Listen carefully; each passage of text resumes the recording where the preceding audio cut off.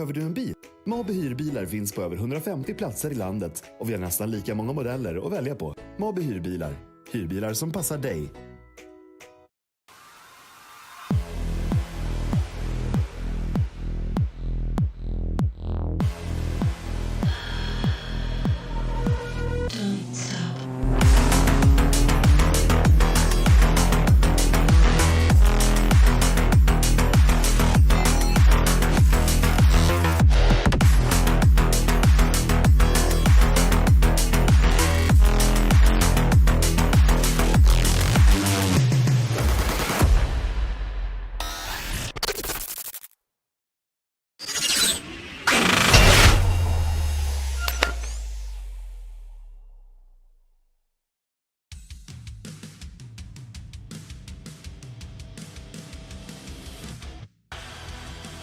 The second half of the season starts now as we make our way to Japan for what's expected to be a busy time here in the Bohlin Svenska Eracingligan here on iRacing.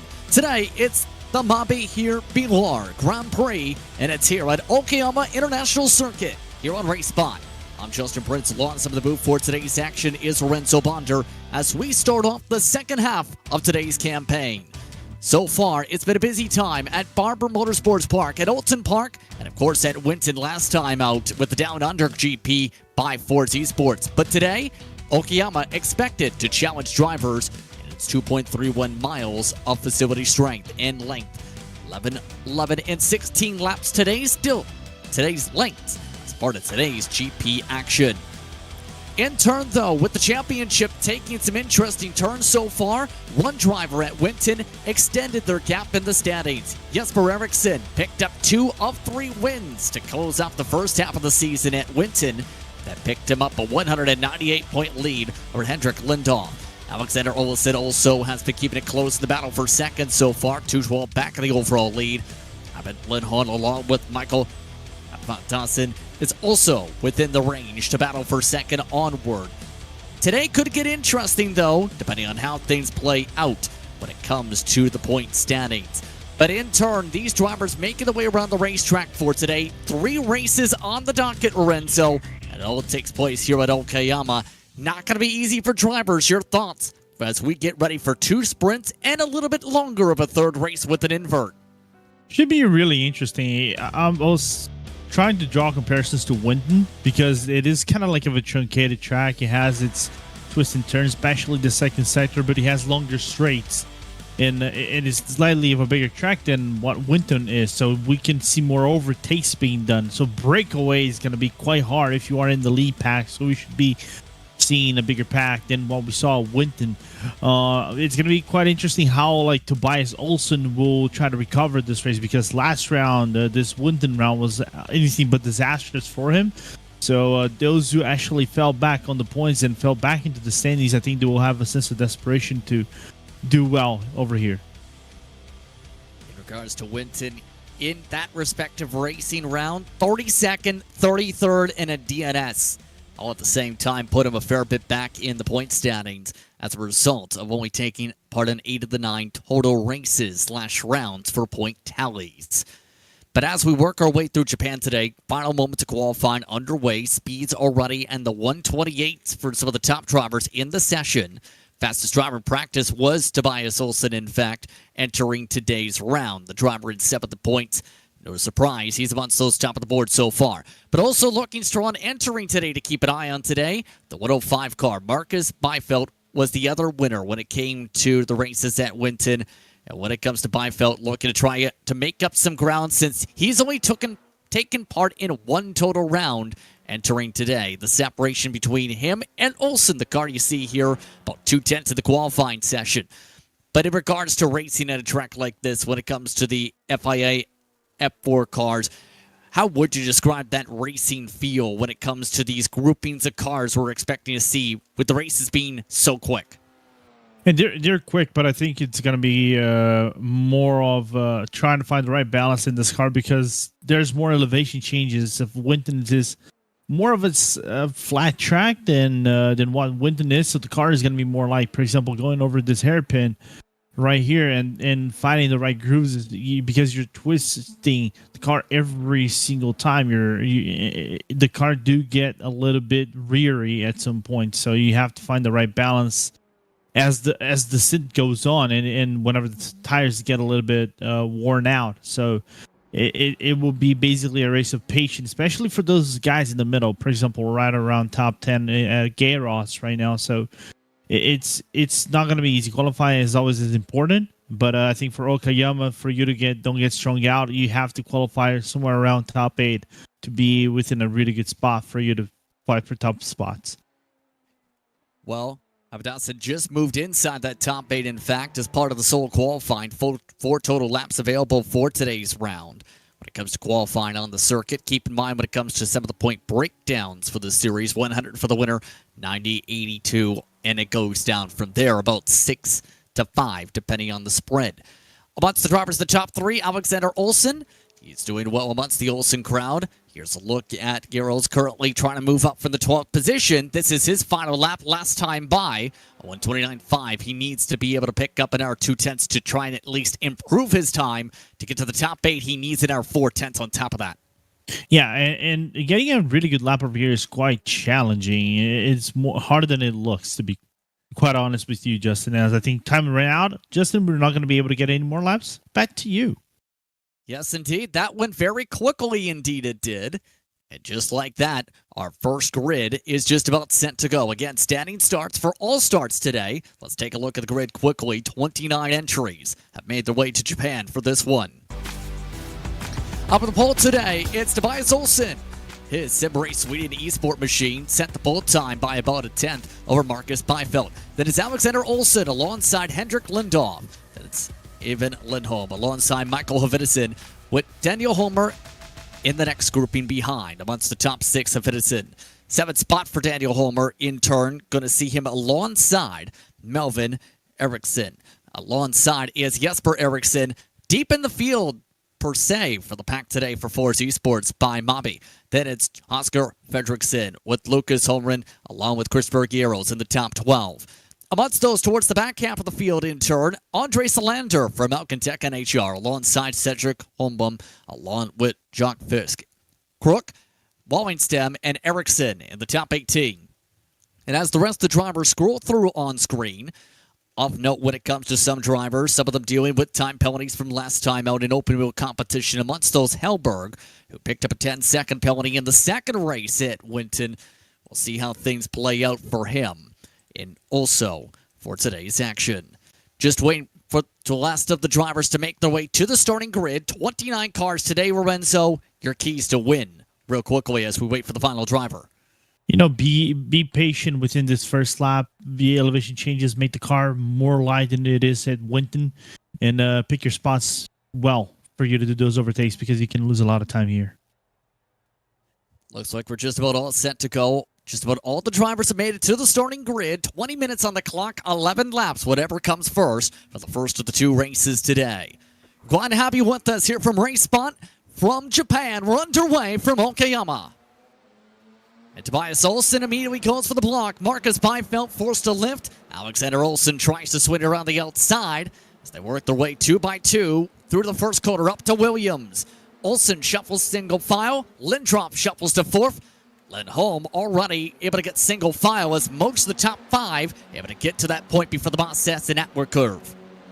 Yeah, now we're coming into one of the big diving spots over here where you can do some dive bombs as we go 3 wide. Justin, back to you. 3 wide, Marcus Byfeld shuffled up top. Lindroff not taking any chances. Very early, trying to make some pounces up to the main drafting section, up to the hairpin corner. Alexander Olsen still showing the nose, offset 3 wide. Does everyone give space? Yes. As that works out best for Lindroff, he takes the 2 for 1, able to move up to second, 2 by 2 behind him as they work their way through Revolver and Piper. Yeah, and one driver off as well. Yes, and a big stack up, in fact.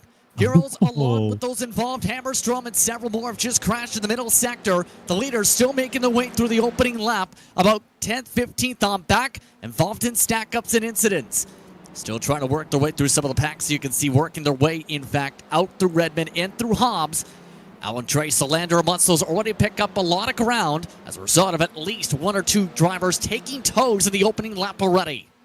Yeah, well, not surprised for a stack up around the corner after the hairpin, the left-hander after the hairpin, because it has a roller coaster effect of sorts. As more cars spinning around on the background, probably some crashes in between, but everybody looks like unscathed, no major damages for everybody on the field. That was Oscar Moulton who sputtered around the 94, originally started in 27th. And amongst those who had picked up a lot of ground as a result of the stack up in the middle sector. Just like that.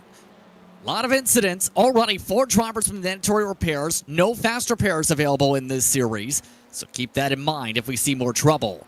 Olsen already breaking away from Lindrup, Byfeld, Lindholm, and trying to battle with Olsen. This is side-by-side building up in what's the top 5. Yeah, which is going to be quite interesting. Like I said, breaking away from the top 5, breaking away is quite hard, even though Lindhoff has been broken off by Olsen. So Olsen already with a huge gap is now, I think that was Fredriksson just making the move on Åkesson, just going around turn number 7 around Piper. So it's still not off for Åkesson to try to get that position back. Bright Esports drivers trying to get the pinch down. Olsen can't pinch out Vidison. Dawson should say. Kind of goes by the 2 different pronunciations on RaceSpot. In Pierre, he goes for the first one. In this series, which is his home nation series, through Scandinavian region racing, it goes by the actual pronunciation, Dawson. The M Racing driver, though, very versatile. When it comes to different racing types, there's a reason he's top 5 of the points entering today. 8 top 10s in 9 races. Which is insane to think about is like the consistency is there every single time. We're going to look at the replay. The stacking starting at the hairpin, not quietly surprised over there. 3 became 2 and eventually became 1. And then after that, just chaos ensued of cars having to deviate left, right, up, and down into the gravel, into the grass, and something extra. Armin, Hammerstrom, Modin. Oh, no. Oh, no. This stacked up even worse. I'm getting shades of what happened at the second race with the number 3. Unfortunately. Yeah, that was Cal Wellingstrom, who, by the way, has apparently disappeared from the racetrack. So that's how that race is going for the 3. Keep in mind that he's actually supposed to be technically serving a suspension today. That's why I was confused why he said a qualifying time. Ooh. But one thing I've noticed, I just took a look at the board right here, and I think that is important for us to bring about that, Justin, is Jesper Eriksson, dominated Winton. You'd expect, right, him, coming into the top 10. There's nearly contact between the drivers right there in 13th place. Just moved up 1 spot, but a leader of the championship is struggling so far within these first minutes of the race. Yeah, didn't have the track position to start. Then, of course, we've seen stack-ups in front. That doesn't help things. But that's the tough part when it comes to this track. Say this section in the first corner. You see single file. That helps you get to the corner. Very tough when it comes to the arrow. But when you try and make a pass, that can lose you a couple tenths just alone on the send. But at this track, it seems to almost be to where you lose those couple tenths. It's hard to claw back those couple tenths. Yes. Because it's funny. You normally think, Okayama has a layout that looks simple in its essence, Justin. But I think when I was doing that, like F4 testing and something like that over here, is a very complicated track for you to master because it has some things here and there. As we see, probably Solberg making the dive, or what it looks like on Johansson, and the done his move. But here comes the switchback. And indeed falling back to now 14th. He started off the lap in 12. But that's why it's so critical with the draft 2. It was expected to be big when it came to the second section, the hairpin. But if you don't complete it by the hairpin, it's so costly we've seen with a lot of that side-by-side of the opening going. So far, when it comes to this action, already a couple laps in, already on lap 4 for the leaders. These drivers you see on screen coming to lap 4. Already, drivers like Johansson coming from 22nd, but already losing the ground after making up a lot of the ground from the incident. If anything, the 75 of Solberg is amongst those to keep an eye on because he started 27th. Yeah, and he's going up position, so that's really good for us to notice. But the biggest problem is, of course, the length of this race has now.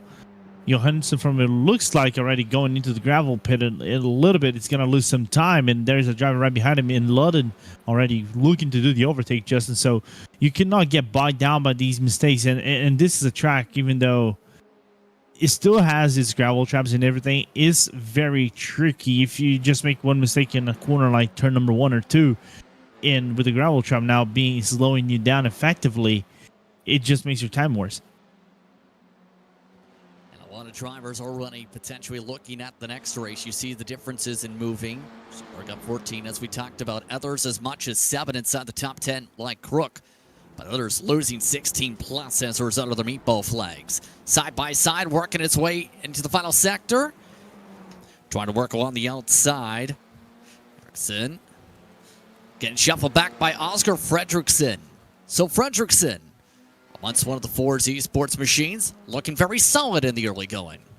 Yeah, it looked really good. A really good move from the from Fredriksson right there. I think gave Atkinson a little bit of a breathing room on the outside. I don't know if he actually pinched him out on the exit of Hobbs right there, but other than that, it's pretty much all clear for him. But then again, it's just, if you are tucked in under the draft, it's so easy for you to stay within that draft that Okayama is probably going to see 3 wide down the straight, Justin. 3 wide with a bit of a dive to the inside through turn 1. Not usually see that there. That's Daniel Holmers trying to make a lot of ground. He was a part of those incidents on the opening lap. Here's the thing. He was amongst those able to at least come through, be able to stay on the track, and try and make up ground. He's already gained 2 spots this lap, and there goes his competitor, Robert Ericsson, on the loop. Ooh. And his wing, front left wing, is slightly damaged right now because of all the contact that it was made. So as a result of that hard hit to the curbing, he spins around side by side, working up the straightaway. Cedric Holmbaum amongst those in the contact from earlier. He nearly had some additional wing damage there to the back of Eric Lundberg's tires. Ooh. Yeah, and you can see he's slightly bent, so that is going to affect him like in those slow corners. You're not going to get that top end before that top speed performance that you're probably going to have and need in draft racing like this. In such hard racing like this, Justin, you might lose about like 2-3 tenths per lap effectively, and that just makes your day worse. As now Byfeld is searching for Lindsau's position with about 4 laps to go. Running out of time in terms of laps here. Here's a look at the StreetTrends.se Dive Bomber team machine. Does that mean the dive bomb is on? They've already swapped around this lap. There is the chance, because there goes the 4 esports machine way too high. Byfeld has the run coming up to the hairpin. Does Lindoff go defensive over here? I don't think so. Doesn't even look like he wants the run, actually, here, Lorenzo. You have to wonder if he's thinking big picture. Maybe so. Oh, Olsen, contact with Hafadassen. Up the track goes the 292. And both of them making contact there as a result of a massive dive and a bit of the squeeze back. Yeah, but a good awareness from Hafadassen, you know, just stay in the track, you know, and see the dive bump coming, and both drivers to stay on track, even though there were some tire-to-tire contact between them. No time loss, no major time loss. I think that was just like the Eagles slightly bruised and just kept it on the track for the time being. Back to Byfeld, though, Justin, I think he's just biding his time, you know, try to do maybe a last lap overtake or a lap 10 overtake instead of him, you know, doing the battling at the final lap where everything can go south, you know, just let him cook, see if the second to last lap he can actually do that kind of overtake, and then just put the pressure on the number 8 and see if that car from Lindoff is able to do anything to go up in podium spots.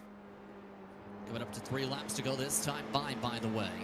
The lead looking comfortable for Tobias Olsen. Lindoff starting to break away a little bit from Marcus Byfeld.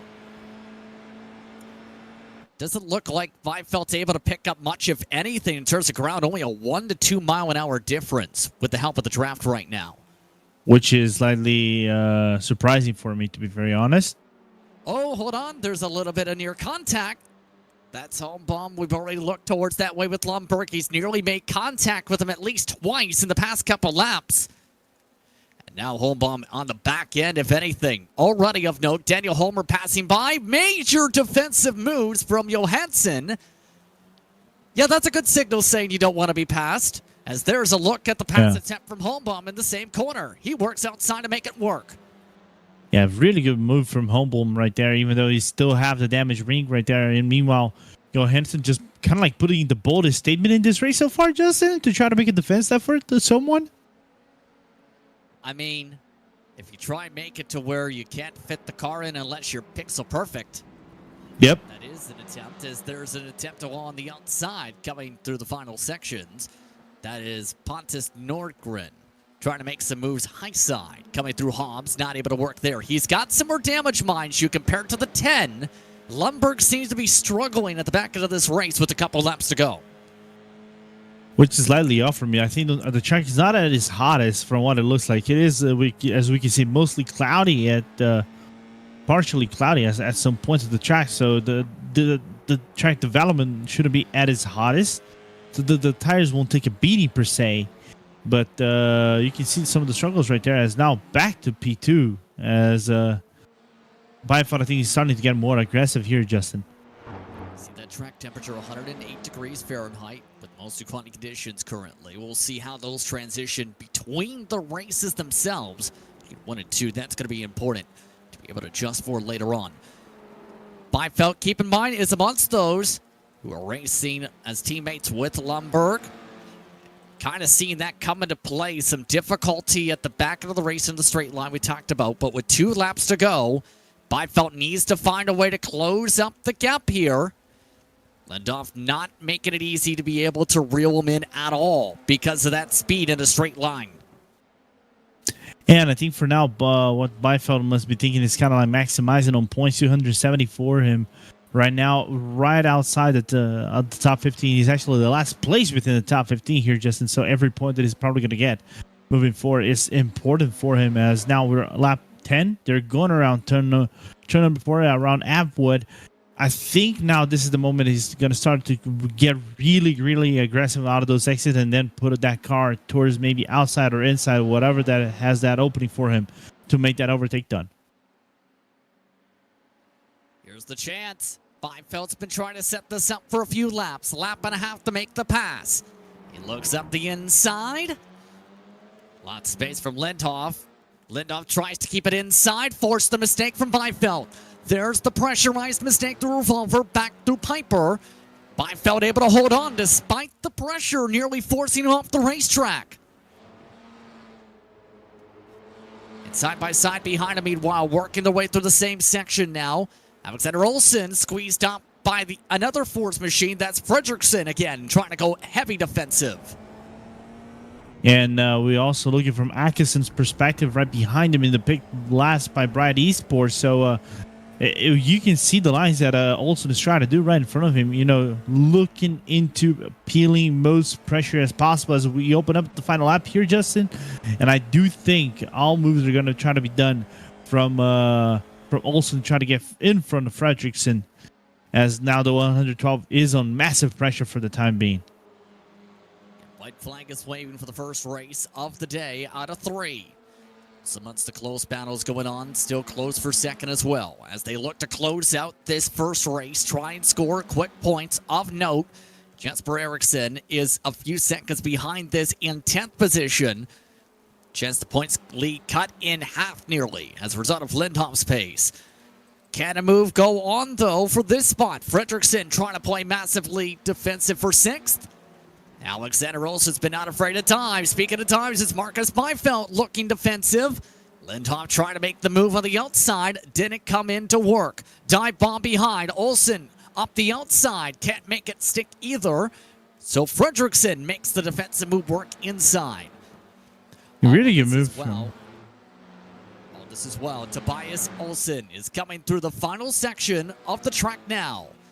091 dominating to start off the day here at Okayama. A former FIA F3 Series champion on the service. He comes out of turn 4. He gets it done to win his second race of the season, and he does it here at race 1, the Mabi Hyrbilar GP. So this is a big step in terms of closing the gap. 100 points to his name here, along with those pole sitting points. And now it's about trying to keep this up for the second race coming up. Byfeld and Lindhoff, along with Lindholm and Hapadassin amongst the top 5. Battle still on across the circuit, though. Several trying to close things up, including this group. Pontus Norgren not able to close up to Eric Lundberg in the battle for the middle of the field.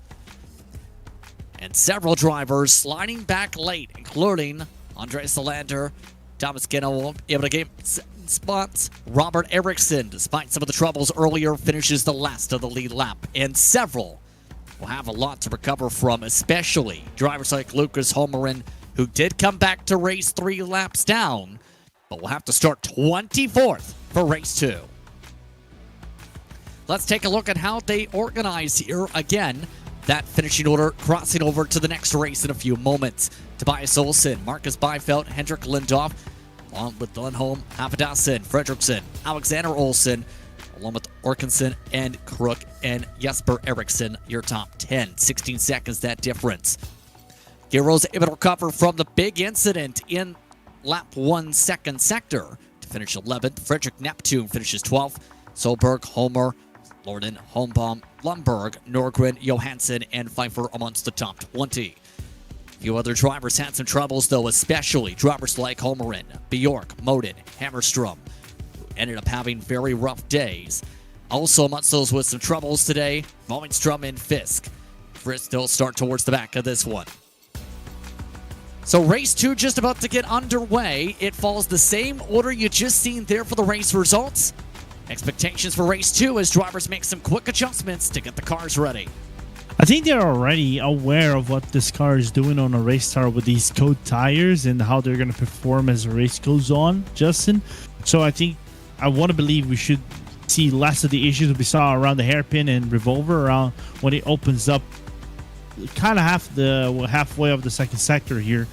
So I think it's going to be more closely contested between everybody, but then again, we've seen the domination for Tobias Olsson at the first race, so we kind of expect to see the same moving forward towards race 2.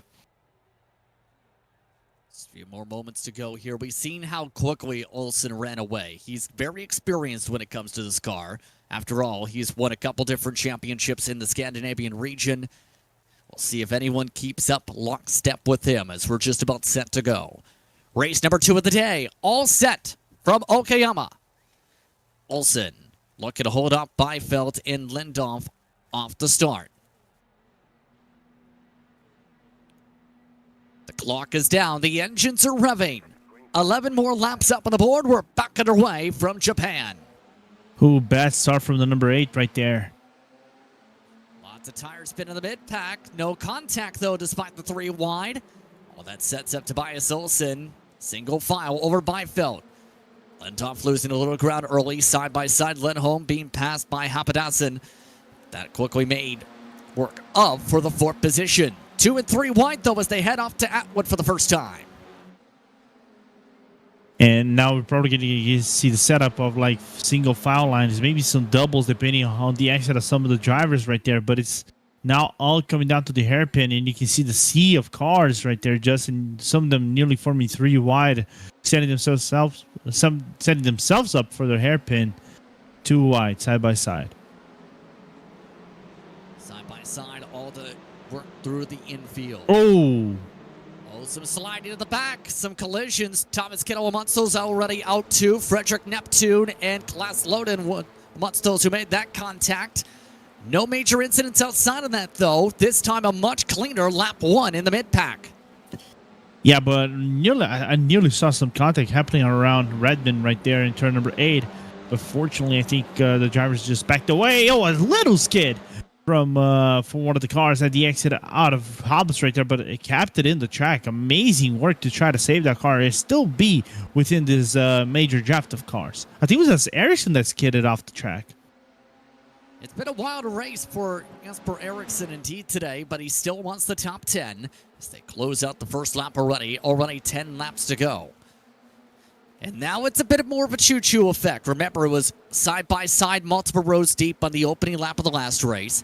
This time, though, like to all cooperate to stay within that draft of the 091.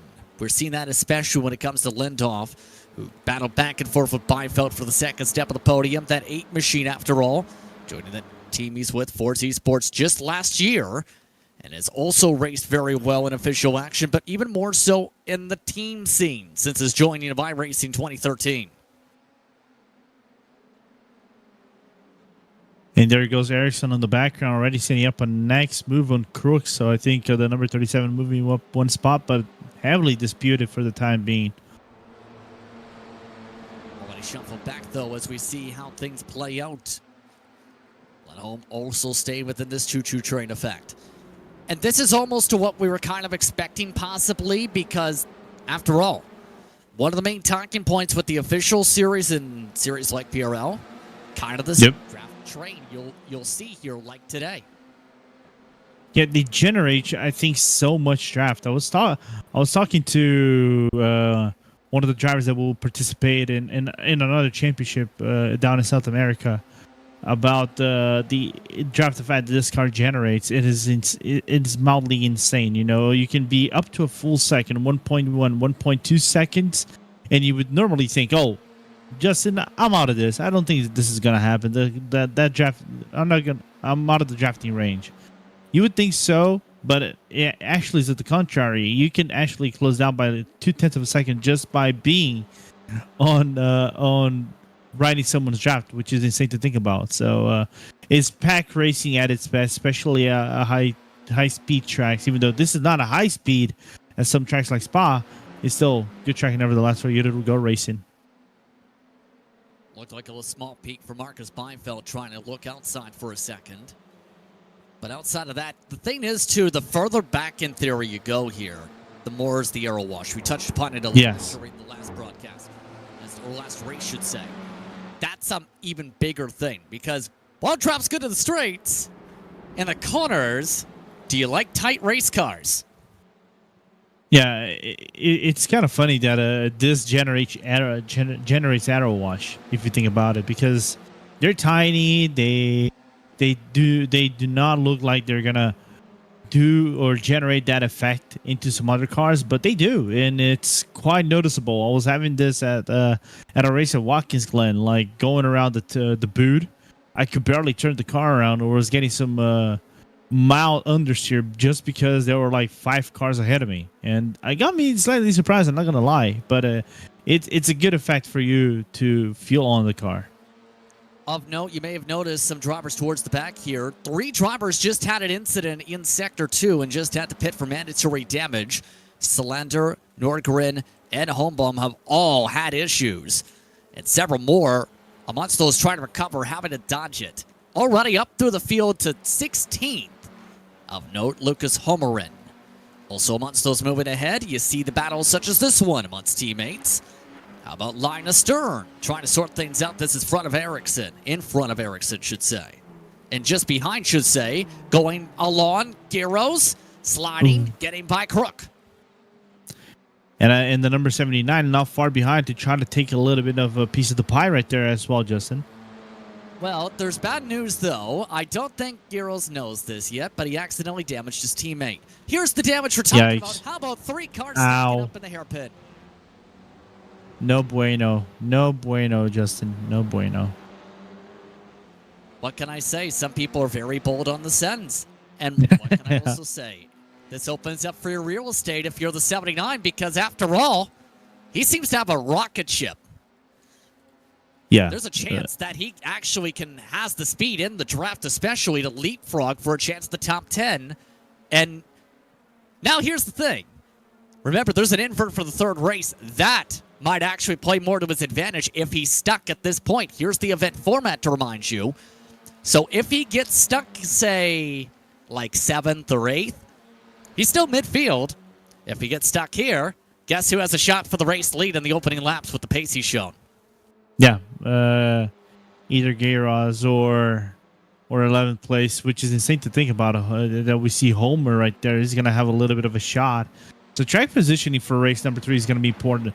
We saw that there was a battle at the end of Winton, you know, between, I think it was Ericsson. I was trying to find the other driver. I think that was Gayros that was battling for the win at the very last lap. But of course, the win went into Ericsson's way.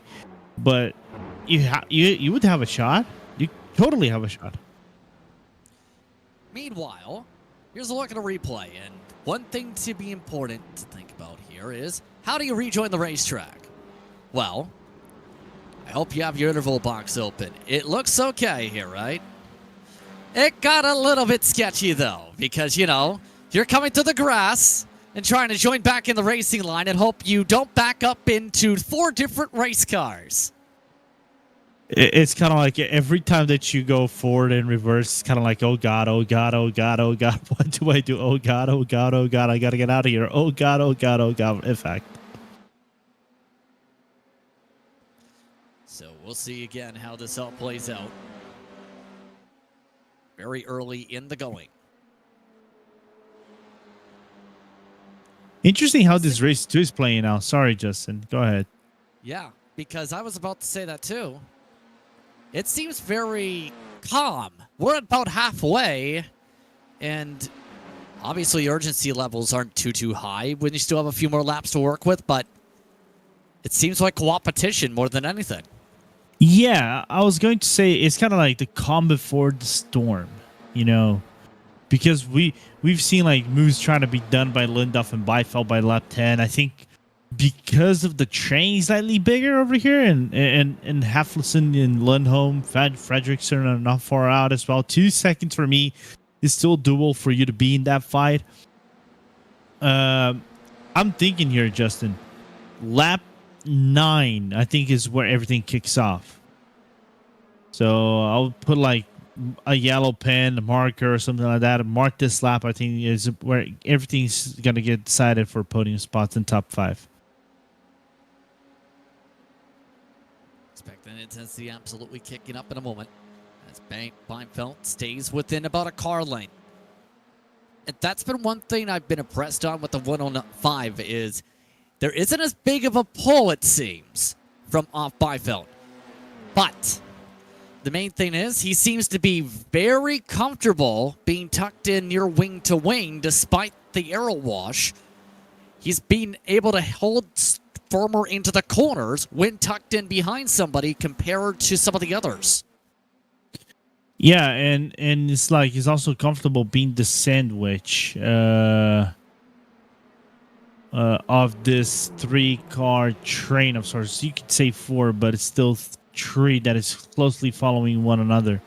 So he's not. I don't think he's feeling that pressure. But of course, the slightest mistake you can do it on a corner opens up the opportunity for you to lose up to 3 spots right here, maybe 4 depending on circumstances. So liking the maturity that everybody's doing so far in this race for this race too.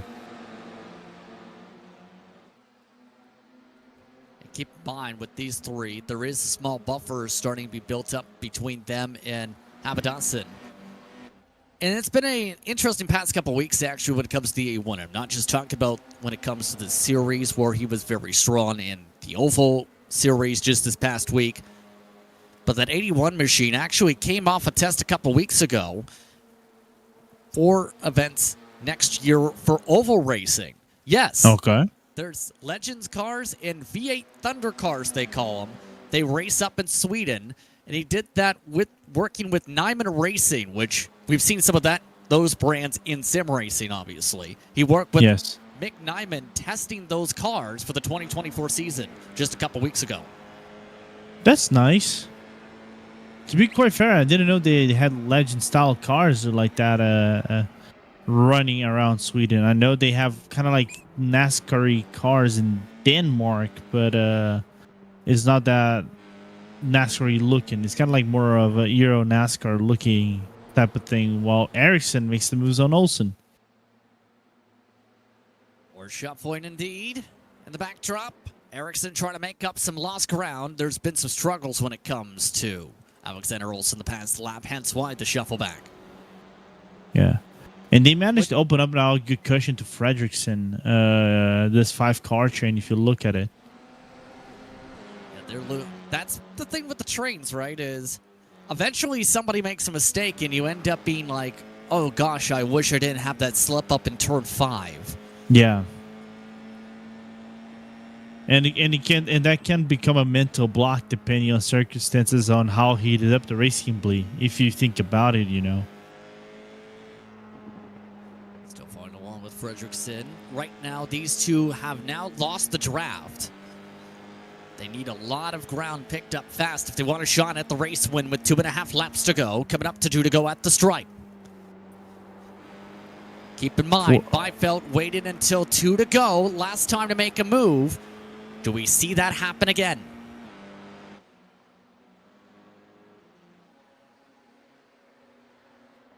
Yeah, Lorenzo. we do. Yeah, I said lap 9. I'm being proven wrong. Byfeld seems to be extremely patient when it comes to this situation. Already looking like a great points haul on the day itself, though. You're talking about a driver that right now is in line for at least 2 podium finishes. After looking to make up a lot of ground since he took part in his first round last time and picked up a win, mind you, in that we talked about. Yeah.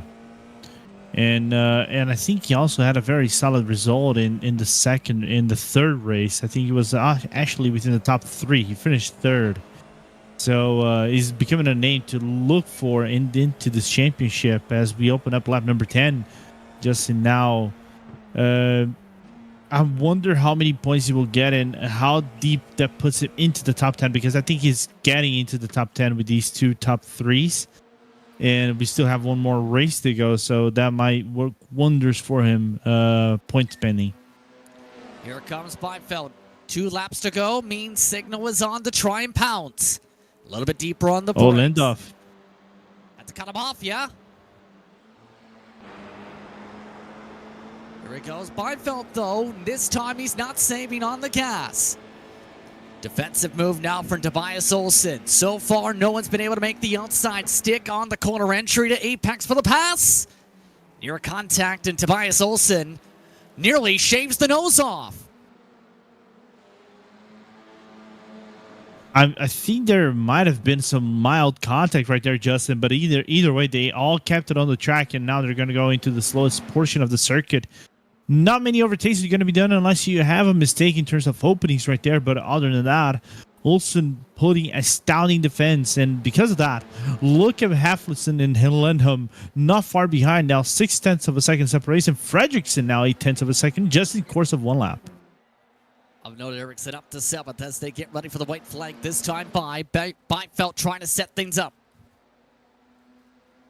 Getting close up to the first corner. No major sends today in that section of the lead group. Byfeld waiting for the straightaway up to the hairpin one more time. Would you wait for the straightaway, for the back straight? If it were you, I think I would not, because I would not put it up in the risk of having a 1 overtaking spot rather than 2, you know. But that's just me. Wasn't close enough for Atwood regardless to make the send. Now the send has to be on now. Is Byfeld going to get close enough to make things work? Great defense from Tobias Olsen. Byfeld gets very pinched off and makes contact. Lifted off the ground. Still holds on to 3rd. Lindoff moves up to 2nd. Now can the 8 car make a pass as they both go in the gravel trap?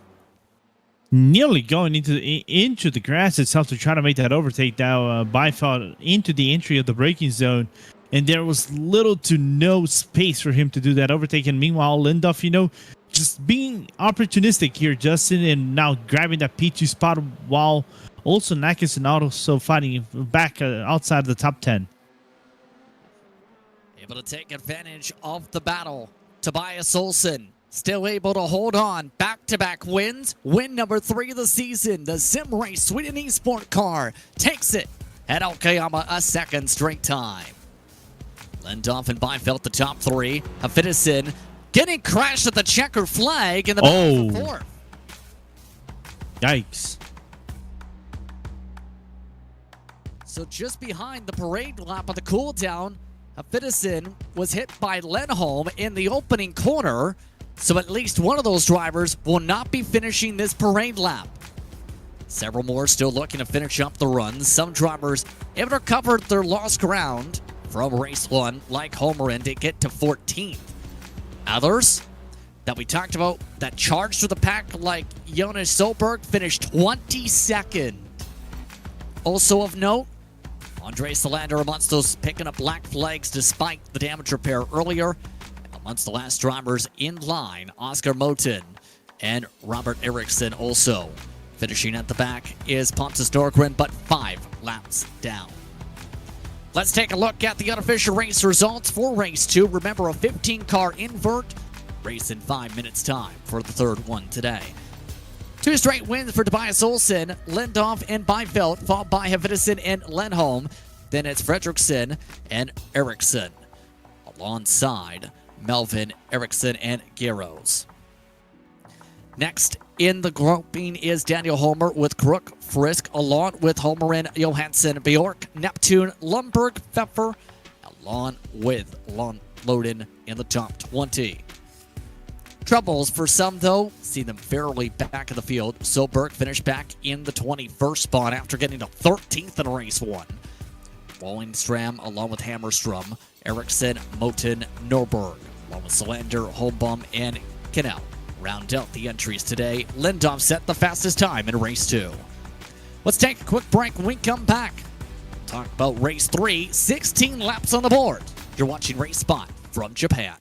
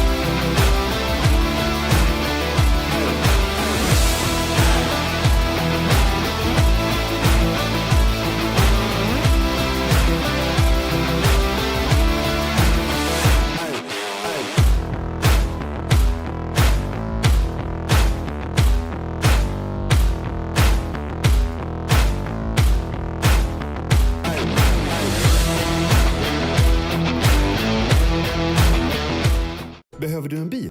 Mabi Hyrbilar finns på över 150 platser i landet och vi har nästan lika många modeller att välja på. Mabi Hyrbilar.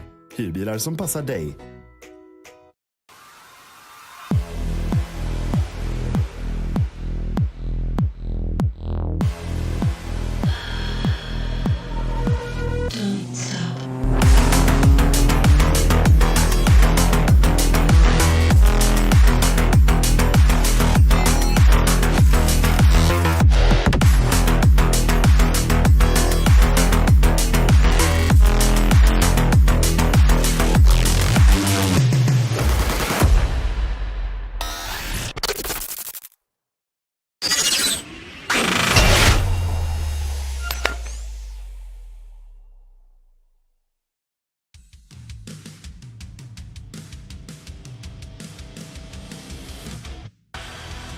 Welcome back to today's coverage of the Bohlin Svenska Eracingligan here on Race Spot as we continue our coverage of the Mabi Hyrbilar Grand Prix.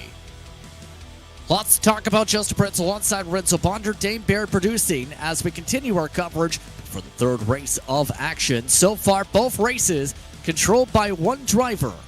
Tobias Olsson picking up both wins. Now he gets to have the challenge of starting 15th for race 3. Tobias, so far, a very dominant round after a very rough last round. What's been kind of the mindset with how things have played out with you basically leading every lap so far? Yeah, it's just good tonight. Feel quite comfortable in the car around this track, so yeah, qualifying was good and race 2 was easy and race 2 was a bit more hectic, but yeah, it was just to defend into the hairpin after the long straight, and then you're fine. So, well, this upcoming race, you start 15th. How difficult will that turn be with you now being deep in the traffic for the first time? It's quite hard to overtake here, so I will just give it. I will try to get up to top 5 maybe, if it's possible, or something, I guess. Let's see. As you get back to the preparation race grid in less than 30 seconds. Thank you very much for the time, Tobias. Thanks. Tobias Olsen, the winner of both races so far. His quick thoughts there. Your quick thoughts, Lorenzo, as we get ready for the third and final race of the day. 16 laps on the docket with the invert. I like the second race. It was very mild how it went out. Then all the final 2 laps kicked off the win. I think we kind of expected them to kick off, but Tobias, Olsen just decided to dominate this race, and now let's see how he will fare and everybody else into the outside the top 15 whenever the race restarts in about a few seconds. Clock ticks on down. Again, happy with us for the third race of the day. For the big sprint to the run up to Norway. Next round, November the 16th. Here's a look at how they'll start today with the invert. And now it looks like with the shuffling of the invert, it goes to Hansen on the pole. Lucas Holmgren, who had to recover from race 1's troubles, able to start outside front row this one. Frisk and Crook alongside Daniel Holmer. Expect him to be quick in the 5th spot, with Girls back in 6th. Back in the 7th spot this run, Orkenson will start alongside Alexander Olsen. Jesper Eriksson starts 9th. Oscar Fredriksson, Ivan Lindholm, and Michael Hapadassin amongst your top 12. Back in 13th spot, Marcus Beifelt, then Hendrik Lindhoff and Tobias Olsen close out the invert. The rest of the field sorted by the running order last run. Casper Bjork, Frederick Neptune, amongst some of those trying to recover from incidents in race 2 at one point. Eric Lundberg starts off 18th. Pfeffer and Klaus Loden, along with Jorberg and Wallenstam. Hammerstrom and Robert Eriksson, 23rd and 24th. 25th goes to Oscar Moden with Pontus Norgren and Andre Salander, along with Cedric Holmbom and Thomas Kinnell. Rounding out the grouping today, a lot of drivers for Hexagon Nation looking to find a way to hexagon forward through the pack. Just a few more seconds before we get going here with the 16 laps to factor in here, Lorenzo. What else should we keep in mind with the slightly longer race distance? I think we should be paying attention to those, like I said, outside the top 15 that went top 5 in the race number 2. I think they're gonna probably be aggressive out of the gate. Tobias didn't feel the difficulty to, do the overtakes, but I wonder how the others will feel to do those overtakes early on. Just about set to go for race 3 of the day. The Mabi Hyrbilar Grand Prix. Just about set to go. Johansson, Holmgren in control for the first time for their days. We're underway for race 3. And a clean launch from the 52. Holmgren already trying to play decent defense for second. 3 and 4 wide behind. Near contact with those drivers you see on screen. Oh, wow. Johansson already losing the race lead to Holmgren in the opening corner. They try and work their way through Mosses and up through some of the chicanes. Lots of contact in the back. Already Oscar Moden, Wallenstrom, and several more crash into the wall. Those drivers back in the 20s. It's 2 and 3 wide, up in the single-digit numbers. Yeah, it is insane to think about. Look, like 4 rows of cars going side by side, nearly 3 wide at the back as well. Here, Justin Eriksson with a really good start, just routes out of the top 10, making ways into the top 5 right now. Everything's going to get chaotic. Here we go. Cork already up to second. Johansson already sliding back. 2-3 wide. Led home, having to back out. Hapadassin making contact. And there goes a slide off the racetrack for one of the Ford's entries. That's Fredriksson sent off the racetrack for the contact in the bumper cars. And Johansson playing defensive right now, making a huge mistake and losing, I think, 1 or nearly 2 more spots. Already Johansson getting shuffled to the heart of the lion's nest. Fredriksson of note already mandatory repairs from that damaged contact. Eriksson nearly getting contact with Jock Frisk, who started 3rd this lap. Already a -4 for the 25 alone. And already a very chaotic start. Setting up a very chaotic mid-pack with how things are playing out. 3 wide again. Venison again nearly sliding up. Tobias Olsen trying to go alongside him. You see in the backdrop. Oh, Tobias Olsen's been spun. The 091 sent off the racetrack. That's in the backdrop as the rest of the field goes single file. And so the driver who won the first 2 races will not do so in race 3.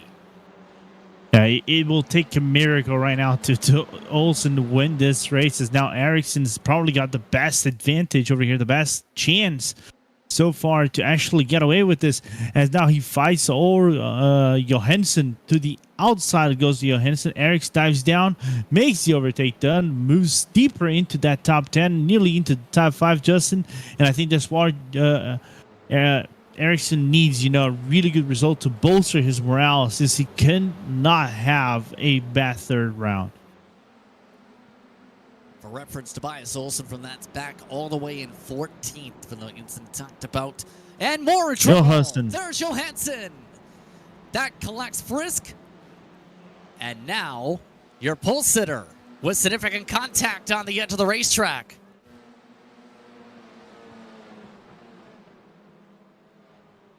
Oh, by the way, drivers like Marcus Byfeld, they haven't gained more than 1 spot this run. In fact, Frederick Neptune has gained more spots than the driver who finished on the podium last race.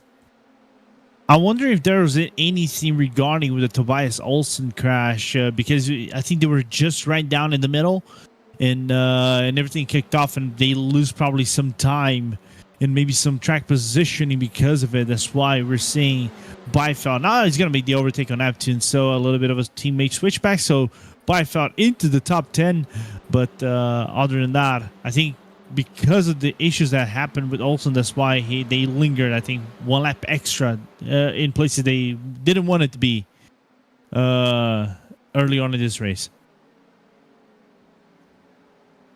So now it starts to calm down a little bit already as a result of the early troubles in this race. Johansson and Fredrickson with meatball flags. What else settling on in? Garros Avanzos keeping inside the top 5, you see. And that's the tough part right now. We talked about the third position. There goes another driver losing some. A spin for Bjork. Luckily for him, he spins towards the inside portion of Piper, so because of that, he's not going to be in danger of making contact towards other drivers, but unfortunate right there. Just Piper sometimes is a very tricky corner on its exit. Easily can spin a car around, Justin. So right now up at the front, Lucas Oberon holding on. In the first 2 races, 24th and 14th. And the train as well, Crook. Daniel Holmer, we expected to have speed. He's under attack right now, in fact, for 3rd. Daniel Holmer, also somebody who runs a fair bit on the oval side for Pride Esports. Looking to keep things bright up front. He doesn't want to be picked last by Bright Esports, like his team name suggests, when it comes to this battle. And he's kind of like holding off any attempts from what it looks like to be from Gatos, because right now, Gatos, if he tries to make the move, Olsen is right behind, Ericsson is right behind. We're probably going to see 3 wide down this straight to the hairpin. Oh, and there goes the Bright Esports Alexander Olsen car. Unfortunately, he picked trying to make the move on his teammate. It loses him 1 from the 3 wide. Giro's getting some buffer time. And here comes Jesper Eriksson. 3 wide as they make their way to the middle sector. Someone has to settle it out to Redmond. Giro's running away. Eriksson makes a 2-for-1 pass in the backdrop. And Jesper Eriksson, just like that, has moved up a lot of ground. Also some troubles for Orkinson. He's now just towed after being amongst one of the front runners last race. So 3 big names already with 3 big troubles to send them off the racetrack early. Nature of inverse grid of sorts, you know. It's insane. Oh, and now they're nearly punting each other for 21st, by the way. This is around that 20th spot on back. Once those seen back here, this is Solberg. Right now, he is amongst those who's been up and down the field like a bocce ball, it seems, today. This time, the send. Gave a bit of track position for 19th right now. Yeah. And I don't get it. He's got speed. Problem is, it seems, what race is he going to have speed in? 1 and 3 today as he nearly shears off the speed on the back end of Hammerstrom. Which was weird to think about. While Cylinder actually made the same move a little bit more safer around that. I think it looked like to be turn number 1, but now it's fighting side by side. Is the number 62 is Hammerstrom with Solberg. I think Solberg is going to have the upper end because of that front wing. Spin in the hairpin. Contact. Wow. Wow. Massive luck when it comes to some of those back there.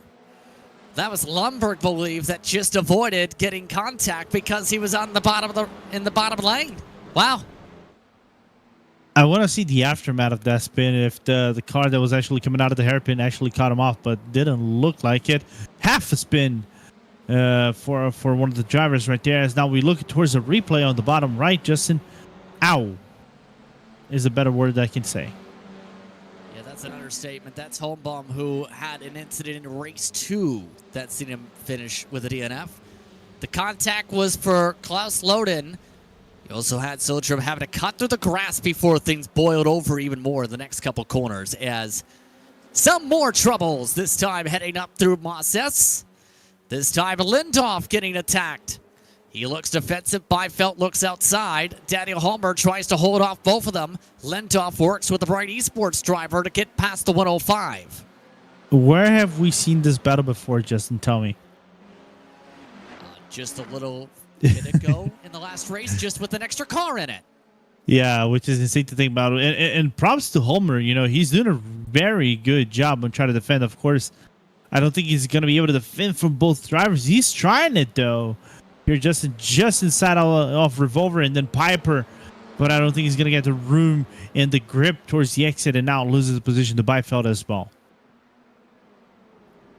Seen all the time lost with them taking the time to try and regroup as part of the shuffling. And Tobias Olsen, all of a sudden, he's under 7 seconds of the leader, yes, but he's up to 10th. I still don't know if he's going to have the speed to get to the win, but he does have the speed to get to his goal of top 5, even with the fact he lost 6 spots on the opening lap from contact. It's going to be a hard task, I'm not going to lie. He would have to overtake one driver per lap, and then, oh, all right, there he goes. The Homer just made a mistake outside of turn number 1, Justin, so that eases up the job for him.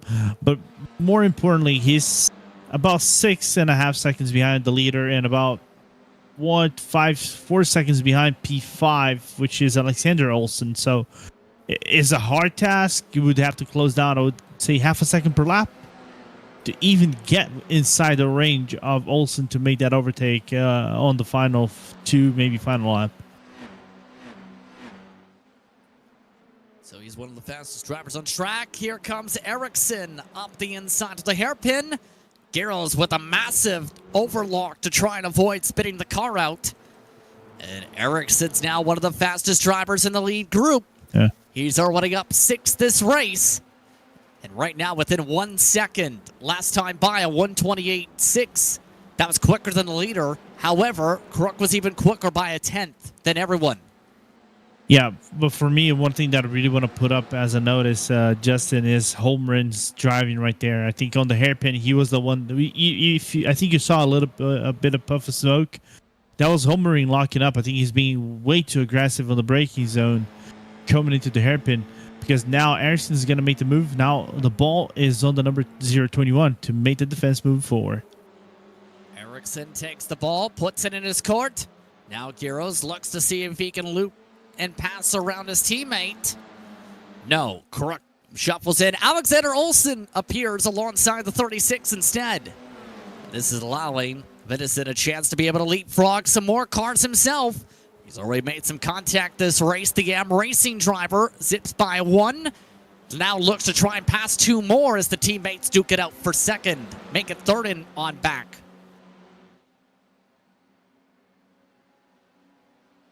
Shades of a super speedway if you think about it. Oh, and a big set from Garros. Now Vidison sends it under Crook as well. Forces him to the left side. Vidison nearly makes a mistake through Revolver. Squeeze through Piper. Crook tries to hold inside, squeeze from Hvidesen. Here comes Alexander Olsen for the switchback of the Bright Esports car. All that allowing the 292 to look for the spot. And Crook has now gone from third all the way to the back of the train for the lead group in the span of a lap. Oh! Never mind, he shoves Olsen off the track and uses him as an arm cover. Oh! Nearly gets turned for his efforts. I thought Olsen was gonna dive on the final corner right there, but didn't look like to do it. Now brings Lindoff into the conversation as well, so everything's kicking off just outside of the top 5 right there. As now Ericsson finding himself in the battle for the lead as well. Lots of fighting now. Lindoff looking to make a chance for himself up the right side. Can't make it work on Williams. But you mentioned that battle for the lead. Ericsson has lightning quick speed. They've gained 1 second the top 2 have as a result of all this squabbling.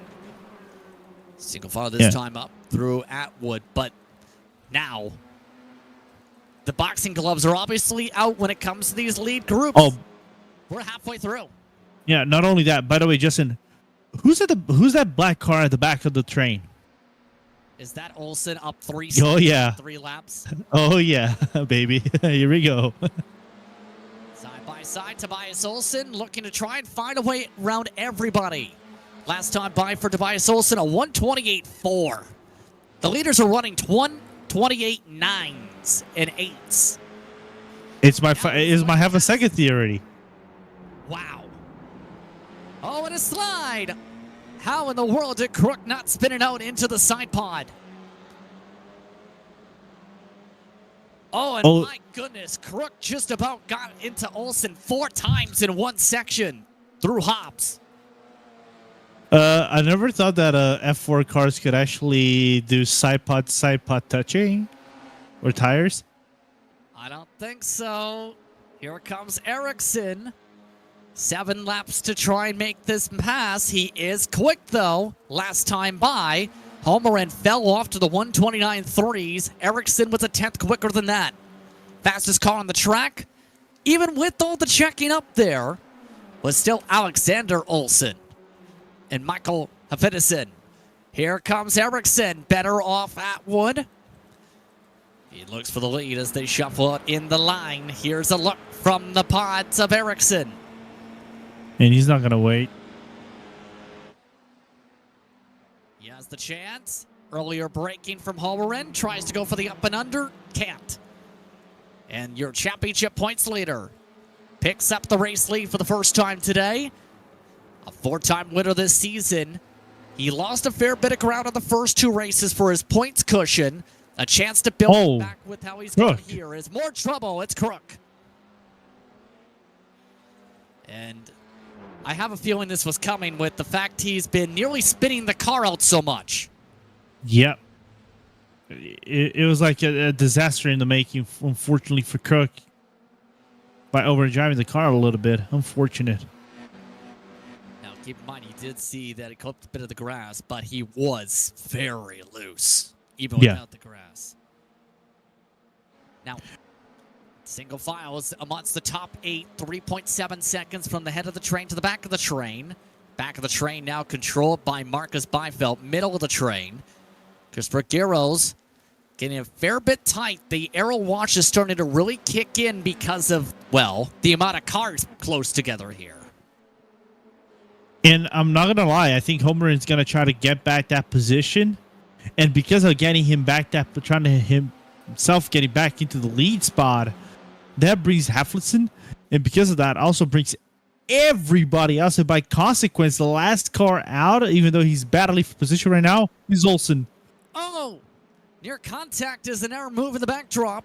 Tobias Olsen nearly got himself punted by the run of Marcus Beifeld. Able to keep it off the back wing, though. Tobias Olsen lost a lot of ground. It's going to take a lap or 2 to recover.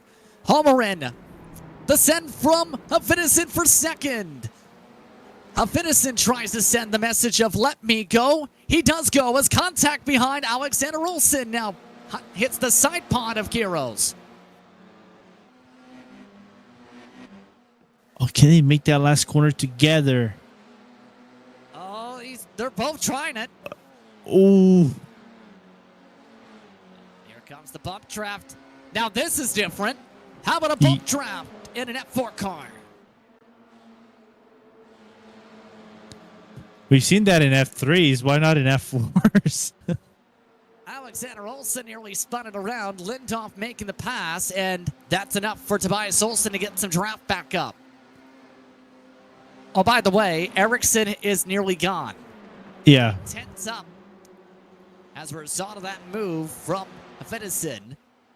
And already he's trying to play defensive. Under 5 laps to go, coming to 4 to go this time by.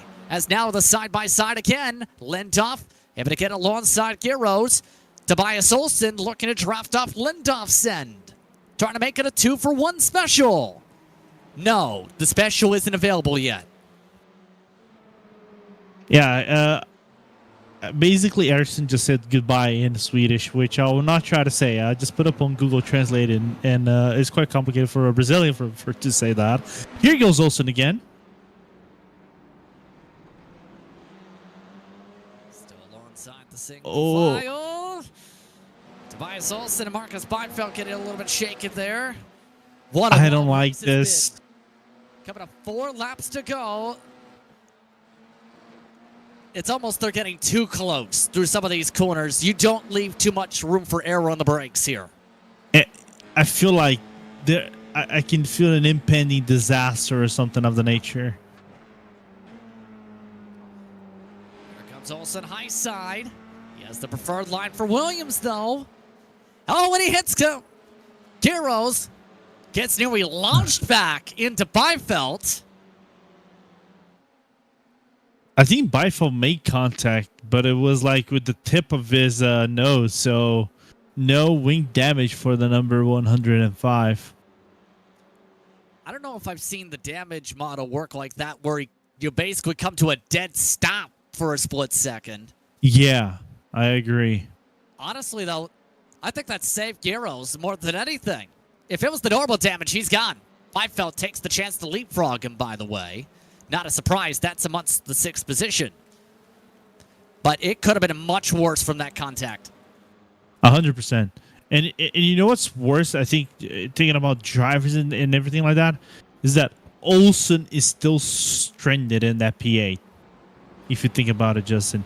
You know, banged on all kinds of doors, knocked down some others.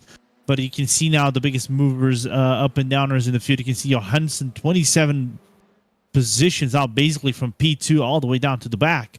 But it's insane to think about that he tried everything, had one of the best laps of the race, and it still cannot break into the top 5. Already some back and forth communication amongst your top 2. Just like that. And I think Fedison is basically saying Lamo, like as in going to motor all the way up to your rear wing and make this a fight. I approve. He is within about 5 car lengths and slowly chipping away. He did lose a 10th last time by, however. And his exit through Atwood wasn't the cleanest, so... Oh, but his braking, oh my goodness, he nearly sent into the rear wing of the leader.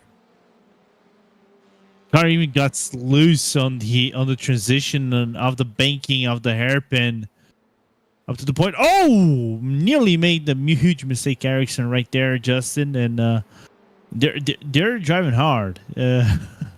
I'll get back to you because this is getting really good. Still along the single file amongst the top 2, 5-6 car lanes, still the difference.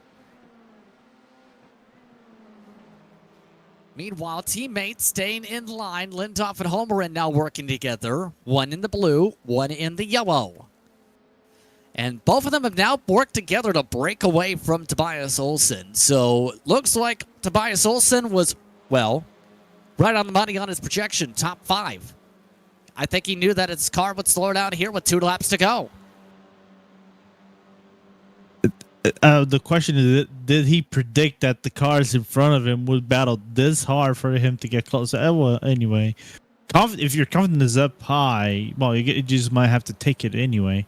Halflinson, 2 tenths away from Ericsson right now. And now it's on. They do have lap traffic, and Klaus Loden, who had to serve a black flag this lap. Here comes the send.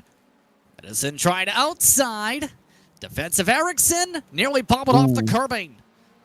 Near contact as it's keeping up the revolver. Edison forced to reset. Back to line as they make their way up to Redmond. And nearer sliding, teammates Homer holds on as Lindhoff now sees the attack from Tobias Olsen as he looks for a podium. That would be insane if he gets a podium. As you open up the final lap in about like 2 corners. The pace he's had throughout this race, if it wasn't for the early contact, might be up there for the race lead to make it a 3-car scrap. Instead, he's scrapping for 3rd, all while the top 2 hold on to about a 2-second buffer. White flag is out. Final time around. Jesper Eriksson trying to hold off Michael Vidison. Up at the point, Tobias Olsen trying to find a way around Hendrik Lindhoff for the podium. I'm not gonna lie, I think Haflidason is gonna try to make this move if he actually gets close. If he was close, he probably would have tried before Atwood.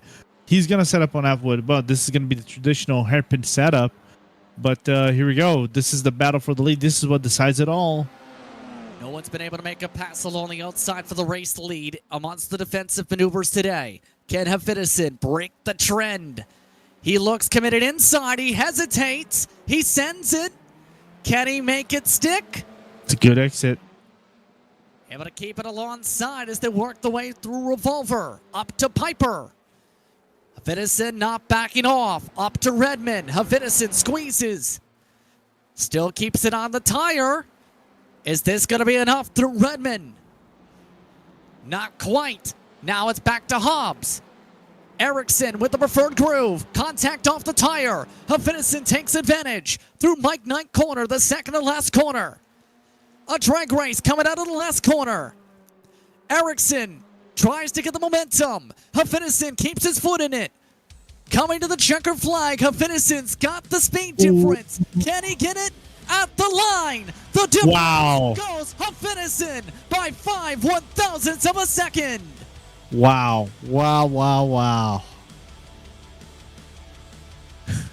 And wow, a photo finish.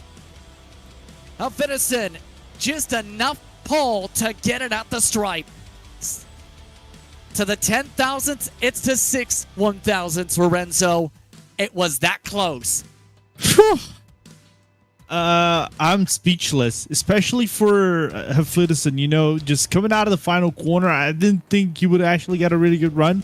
Props to Eriksson, you know, giving him the room towards the outside to try to fight for the finish. You know, all the room was given. The gentlemanship between both of them, you know, and the craftsmanship and the racecraft between them to fight off for the finish, and Haflidason, you know, to never give up. And the 81 just got paid off massively at the end right there. And arguably, and I think you might agree with me, the best finish of the season so far by a long shot. For both series, you can argue so far. Oh yeah, 100%. So Haflidason uses that limo and that motor to get the edge of the stripe. All drivers just about finished up here when it comes to the race itself, but the 81 picks up its first win of the season. Why not do some double burnouts after an intense fight like that one? It's well earned. No complaints. So an absolute thriller to end this race off. And those cars in the parking lot have a great show of all this. Hey, at least they were able to find 20 iRace license plates to put on all those cars. Oh yeah, that is so true. So why don't we take a look towards the unofficial race results as Haflidason, I think it's just about blowing the motor in that car. He picks it up by 6/1000ths of a second to the nearest 10,000th. Jesper Eriksson in second. Then Hendrik Lindhoff makes it a team 2-3 with Force Esports by Mabi. Then it's Tobias Olsen able to get to 4th at the end. Behind them, Lucas Holmerin. He started up front, kept the front. In the top 5, Marcus Byfeld gets to 6. Giros, Homer, along with Alexander Olsen. Give a shout out, though, to 10th place, Jock Frisk.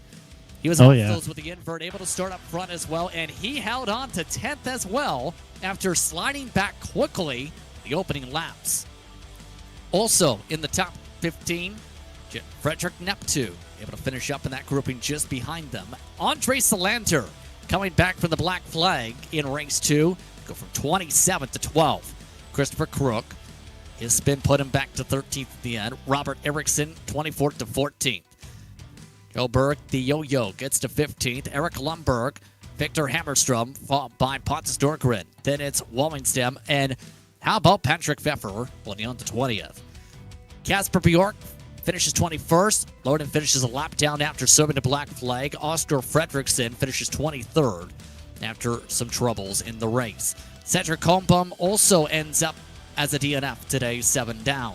Oscar Modin finishes 10 down, 25th. Ivan Ledholm, along with Melvin Johansson and Thomas Kennel, did not make the start in the final race of the day. Tobias Olsen, no surprise, the fastest lap, but Michael Vinison putting in one of the fastest runs to the line. Just a tiny bit of momentum out of the final corner, and it's enough for him to hold on. He now joins us in the broadcast booth. Michael, how was that battle up at the front to end this one off? Oh, that was intense. Let me tell you. I tried to go for the move one lap before and didn't quite manage. I thought I'm gonna send it even harder next lap, and I did. And me and Jesper, we had a clean fight, and we were just now talking about it, and I was amazing. It was the most fun I've had in a long time. Yeah, it looked like an intense and fun battle, to say the least. Really, the trigger to it was, I heard some of the conversation, although in Swedish on the radio. The one that comment that stuck out was, I think you said Lamo. Yes, I did. So I said to Jesper, stop with him, basically in a funny way, and he said, basically, what Marcus did, or well, not only Marcus, but Chase the Dragon at Indy 500, which I then replied to with the Lemao. Yes. According to Google Translate, that means llama, correct? No, it's laughing my ass off. Oh. Okay, I actually didn't know you could actually say that as a word. How did you try and set that up? Because the outside line did not work for any other pass for the lead all day until you were able to stick it. I did it a few times before in race 1 and 2, and a few times in race 3, and I felt like I could get acceleration even if I wasn't outside. What was surprising is that me and Jester stuck it together until the finish line, which I was hoping to get rid of him way before that, but usually I could manage to do it before the left hand after the hairpin. Well, in turn, next time out, we head to Norway. Your thoughts on the circuit there for 3 races at the Motorsport Arena, Oschersleben. It's not Norway, it's Germany. Well, close enough. Well, I like Oschersleben. I think it would fit the car. I've raced it a lot in Race 07, back when I started sim racing. So I know the track pretty well, so it'll be fun. I'm looking forward to it. Well, congratulations on the win today. Thank you very much. Michael Finnison gets the job done before we head to Germany, not Norway. We'll get the track names right one day. But Jesper Eriksson gets the race win today, or second place today, after being at the edge of the top 10 both the first races. How was that for your race perspective, and how fun was that for you? Oh man, it was awesome. I really loved the last lap. Me and how Michael has such respect for each other, and racing is just awesome between each other. As soon as I crossed the finish, I just laughed. It was so much fun. It was such enjoyable third race. The first race wasn't my race. Some contact, and the second race didn't have any pace. But this race is just pure fun. Just what this series is all about. Just pure fun. And in turn, you mentioned the pure fun in the third race, obviously. The first 2 races, what was tricky about it? Because you didn't have the best qualifying position and couldn't seem to make up the ground until that third race. What changed? Oh, to be honest, I have no idea what changed. I know I did a lot of mistakes in the second race in the beginning, and I kind of just went into an autopilot mode, just driving safe, and I just couldn't get out of it until like 3 laps to go in the final race, and then just stuck out of it in the last race. So that was quite... It was a bit distracting to be in the autopilot mode, but oh well. But in turn, provides an interesting next run in Germany. Your thought process there, as some of the point gap getting trimmed down in the first 2 races, growing back up in the third race, obviously. Yeah, well, Oschersleben is a track that I really enjoy driving on my own, so I'm hopefully just gonna have fun staying out of trouble and hopefully get as much points as just possible. And I'm mostly just looking forward to have fun driving around the track. It's more of a hot lap track for me than a race track, but I'm gonna enjoy it, I'm sure. Well, thank you very much for the time once again, Jesper. Thank you very much. Jesper Eriksson picks up second in the final race of the day. It's a drag race with fellow competitor Michael Feddersen. Third spot today went to Hendrik Lindoff. Let's talk with him real quickly. Hendrik, you didn't get to finish the drag race, but you did get to finish on the podium all 3 races. Your thoughts on today's round? No, it was good. It was solid for once. I managed to get all the 3 races together and finish them all in the top 5, so I'm happy with that. I think it was a good final couple of corners for the leaders, but I wasn't really there. But they started way ahead as well, so maybe not that easy to catch them. But in regards to some of the fighting in the battles today, what was that difficulty part like, trying to sort it out, trying to get the pass done right, knowing most of them have taken place, seemed to take place at the backstretch? Yeah, it was hard overall. I think there were a lot of overtakes going on all over the place, really. But for the leaders, of course, it was the back straight. You don't get that slipstreaming in other areas. So for us, I think it was pretty good. I think overtakes was not too difficult going up in the pack in the third race, and managed to do that quite well. Some incidents, of course, as well, that you can take some extra get by that way. So an interesting race today, to say the very least. Thank you once again for the time, Hendrik. Yeah, thank you. Bye. Henrik Lindoff comes away in the third spot today. I thank him as well as Jesper Eriksson. Michael Feddersen to predict and speak was during post-race coverage here on RaceSpot. So the next race, as mentioned by the drivers and of course by the notes, is Germany.